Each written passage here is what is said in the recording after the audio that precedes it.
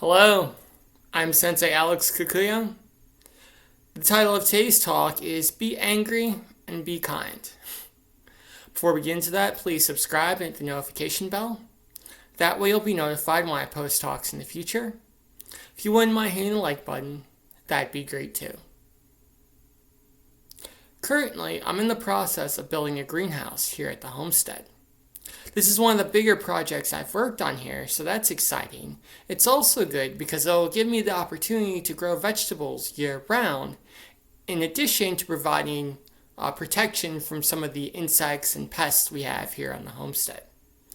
Even better, it gives me an excuse to spend time at my happy place, which is the local hardware store.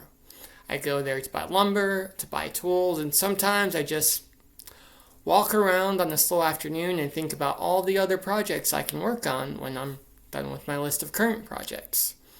So it's good for me, good for them, good for everyone. But it wasn't so good last time I was there. See, I'd gone there to buy some tools. I needed lumber, I needed drill bits, and a few other items. I had my cart loaded up. The only problem was that the lumber I had purchased was 2x4s and they were 12 foot long.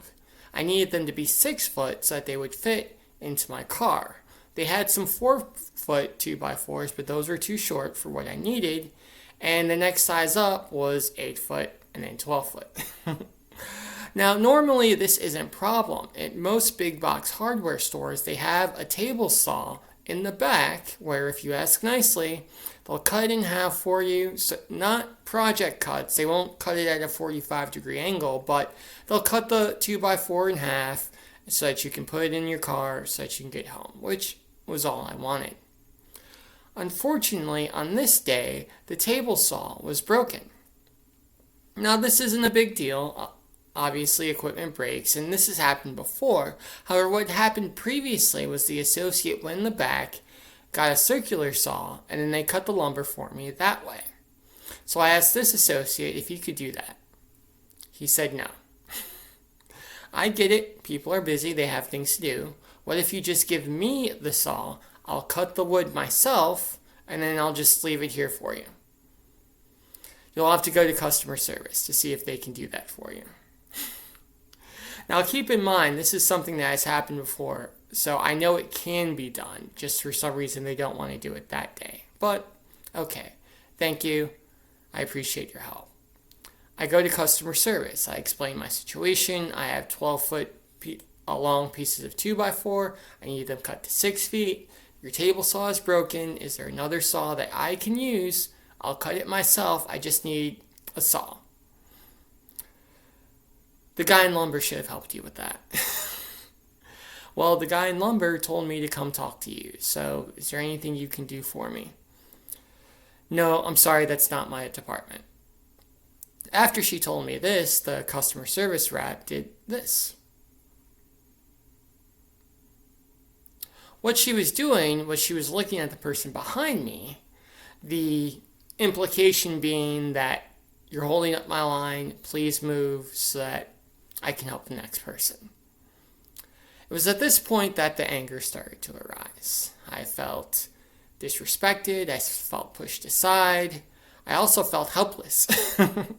Because, believe it or not, there aren't a ton of hardware stores here in the middle of nowhere. If I want to continue working on projects here at the homestead, I need to go to this store. And I had no way of getting my lumber to the house because it wouldn't fit in the car. What am I going to do? Now, a lot of thoughts ran through my mind. Do I escalate this? Do I ask for a manager? But I didn't want to be that guy. I also understand that these are retail associates. They're just trying to get through the day. I don't want to make that worse for them. So I'm walking around the store trying to find a solution to my problem. And finally, I just buy a saw, even though I don't need one. I buy a tape measure, even though I already have one. I take my purchases out into the parking lot. Thankfully, it wasn't raining that day. And I just cut the lumber myself there in the parking lot. Put it in the car, drove home. Done. So why am I telling you this long, convoluted story? Well, The reason is because oftentimes we as Buddhists have the mistaken idea that we're not supposed to have negative emotions, that we're never supposed to feel angry or frustrated or sad or depressed. And if we feel these things, then we're failing somehow in our practice. But that's not the case. The failure isn't in feeling negative emotions. The failure is in acting on them. There was nothing wrong with me feeling frustrated in the moment. It wasn't a good situation. But if I had lashed out, if I had called people's names, if I had raised my voice, if I had pushed my cart at someone in disgust, well, then I screwed up. Thankfully, because of my Buddhist practice, I was able to practice mindfulness. I saw what was happening with my mind. I didn't act on my negative emotions, and I was able to find a solution to my problem. A solution that didn't cause problems for other people. It's okay to be angry as long as we also choose to be kind. This is why right mindfulness, one of the tenets of the Noble Eightfold Path, is so important. When we're constantly watching our mind and seeing what's arising there, we know if we should act on what we're feeling. If we're feeling angry, if we're feeling sad, if we're feeling frustrated, the best thing we can do is just walk away.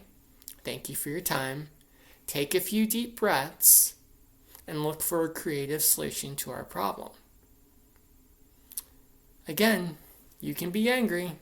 Just make sure you're being kind. Amitabha.